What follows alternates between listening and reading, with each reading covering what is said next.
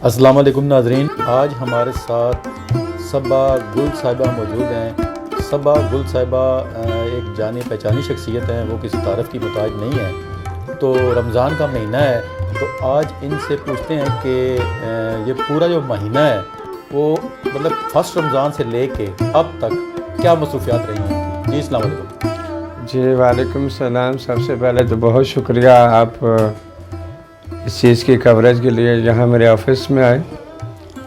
और पहले रमज़ान से लेकर आज दिन तक यानी कि हमारी मसरूफ़ियात बहुत सारे लोगों से मुख्तलिफ होती हैं।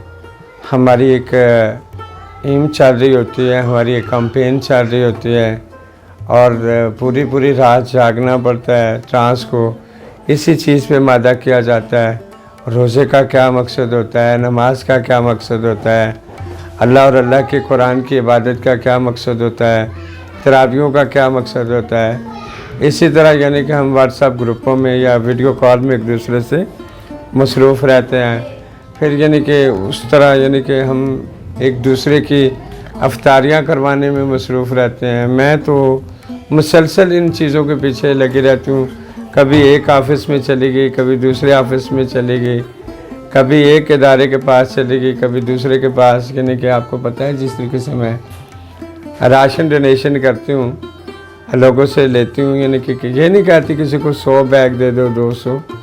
हम मात्र लोग हैं, यानी कि हम कहते हैं 2-2, 4-4 बैग भी इकट्ठे हो जाएं, ताकि हम माहिर इंसान के आगे जो रिक्वेस्ट होती है, जो अपील होती है, वो हम चाहते हैं यानी कि उन मुस्तहिक लोगों तक पहुँचाएँ। ज़रूरी नहीं इसमें ट्रांसजेंडर होने चाहिए। बहुत सारे ऐसे ख़वातीन भी, बेवा औरतें मौजूद होती हैं, यतीम बच्चे मौजूद होते हैं, बेरोज़गार मुअज़्ज़ज़ इंसान उसमें मौजूद होते हैं जो अपनी पर्दादारी रखना चाहते हैं।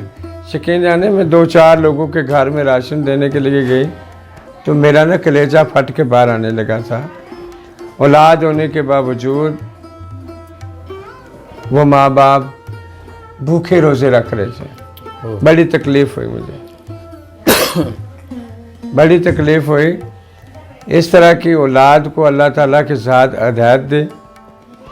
इंशाअल्लाह अल्लाह के बाफ़ज़ल करम से 400 लोगों को पहले मैं राशन जो है वो तकसीम कर चुकी हूँ और 25 रमज़ान को मैं अल्लाह के बाफ़ज़ल करम से 100 लोगों को फिर मैं दोबारा इंशाअल्लाह राशन दूँगी। अभी राशन के बैग वो आपके सामने पड़े हैं। इसी तरीके से यानी कि थोड़ी थोड़ी चीज़ें लेकर यानी कि जिसके नसीब में जो होगा वो मिल जाएगा। मगर अफसोस की बात यह है यानी कि जिस तरीके से रमज़ान आने से पहले गवर्नमेंट ऑफ पाकिस्तान की तरफ से एक पैकेज चल जाता है, एक ऐलान होता है, यानी कि फ़ेसबुक पे, ट्विटर में, व्हाट्सएप ग्रुपों में बहुत सारी ऐसी चीज़ों की अवेयरनेस दी जाती है, तो वो रमज़ान पैकेज की होती है। तो इतने 100 सालों से गुज़र गया, वक्त गुज़र गया, 77 साल तो पाकिस्तान भी बने हुए हो गए, मगर मेरे ट्रांसजेंडर को कभी किसी ने नॉमिनेट करके उनको राशन का थैला या कोई इस तरह की चीज़ें नहीं पहुँचाएंगे। यानी कि ये जो राशन वगैरह करते हैं ये हम खुद लोग मतलब अपनी मदद करते हैं। हाँ, इस तरह कर रहे होते हैं। यानी कि गवर्नमेंट की तरफ से हमें इस तरह की कोई भी असूलत मैसर नहीं होती। मैंने पिछले दिनों में मरियम नवाज़ को पैगाम भी भेजा था और उनका एक मैसेज भी आया था, यानी कि हम अनकरीब यानी कि ये चीज़ करेंगे। चलो उम्मीद है यानी कि आप करें तो अच्छा ही होगा। यानी कि हम भी दिन रात ट्रांसजेंडर कम्युनिटी के लिए अनथक मेहनत कर रहे होते हैं, जाग रहे होते हैं। ट्रांस के हकूक़ की बात करना, ट्रांस के फितरत की बात करना, ट्रांस के इस्लाम के ऊपर बात करना, ट्रांस के किरदार के ऊपर बात करना, यानी कि इंसान जैसे थक जाता है। अगर सवाल जवाब अपनी मर्ज़ी के हों या वो सच पूछा जाए या उन सचों के ऊपर बयान किए जाए, इंसान को मुश्किलात नहीं आती। जब एक जो मेरी कम्युनिटी के साथ सवाल जुड़ा हुआ नहीं है उसके ऊपर बयान देना मेरे लिए थोड़ा सा मुश्किल हो जाता है। और मैं क्या आप सब लोगों को बताऊं, मैं उस कमेटी से ताल्लुक़ रखती हूं जिसका मुल्क भर ने नाम रखा है थर्ड जेंडर। मैं उस कमेटी से ताल्लुक़ रखती हूं जिसको पैदा होने से लेकर कब्र की दीवारों तक हर रोज़ उसकी खुशियों का कत्ल होता है।